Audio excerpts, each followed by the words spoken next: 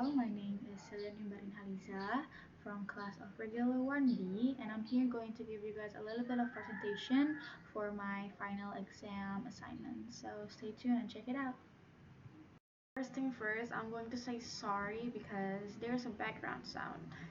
There's a construction going on near my house, and the machine is kind of loud, so it might be get in the video and you possibly can hear it through the video.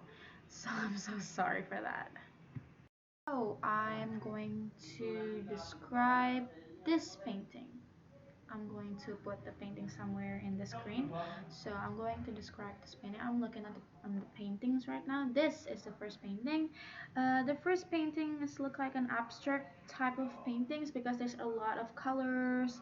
The paintings look so beautiful to me. Got some pretty interesting shape. I see a face, animal, and pretty much random shape that I barely know. And I know there's meaning that the painters try to tell us behind all the color, shape, line, and everything. There must be a meaning behind this painting. And I'm going to describe the second painting. So these paintings show us a beautiful scenery of a big field. I don't know exactly what field is this, but I sure know it's beautiful. It's so realistic. The color, the clouds, everything. It's so realistic and it's gorgeous. So gorgeous. Maybe if I see the scenery in real life and the painting at the same time, I cannot tell the difference. I definitely cannot tell the difference. It's time to compare both of the paintings. I often see both type of painting in an art exhibition or a museum, but I personally like the second paintings more than the first painting because I think it's harder to draw. Of course, both of the paintings have different difficulties, but I think uh, the second painting is harder to paint, but I think the first painting is more attractive than the second one. Why? Duh! The color, the line, the shape, the everything is cool. It's gorgeous. It's attractive. So, yeah, y'all get the point. So, this is a video for the second task, and this is the resume.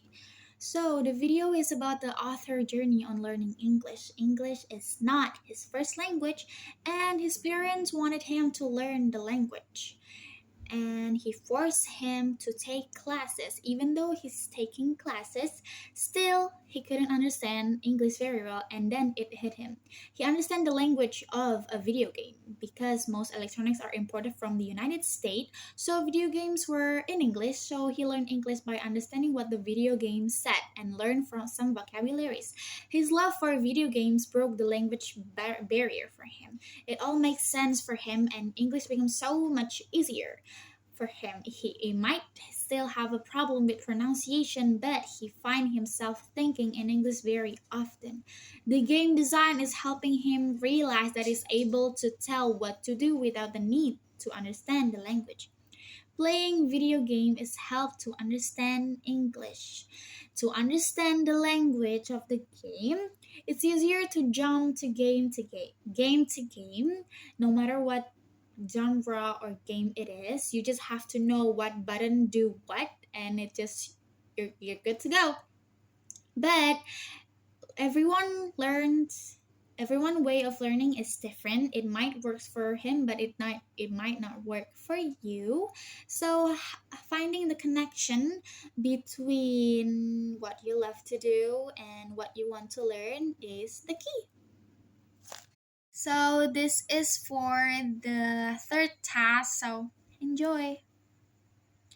Yep, this task is called moving or staying at one place. Here's the thing. Since I was a little kid, my dad worked at this big company, and every 4 years, his boss is telling him to transfer to another company. And it's in different cities, so me and my family have to follow him. I spent my elementary school at three different cities. I spent my middle school at two different cities, and I spent my high school in another cities, which is Cirebon, where I live right now. And it's kind of hard for me when I have to move to another city again, because I have to adapt with the new environment, the people, with the new people, with the food, with the culture, with the language, because every city has a different culture and language, and the people there also different. And yeah, I have to adapt. But if I have to choose which one I prefer moving, because I'm used to it. And I like to stay at a new place. Staying at one place is kind of making me bored.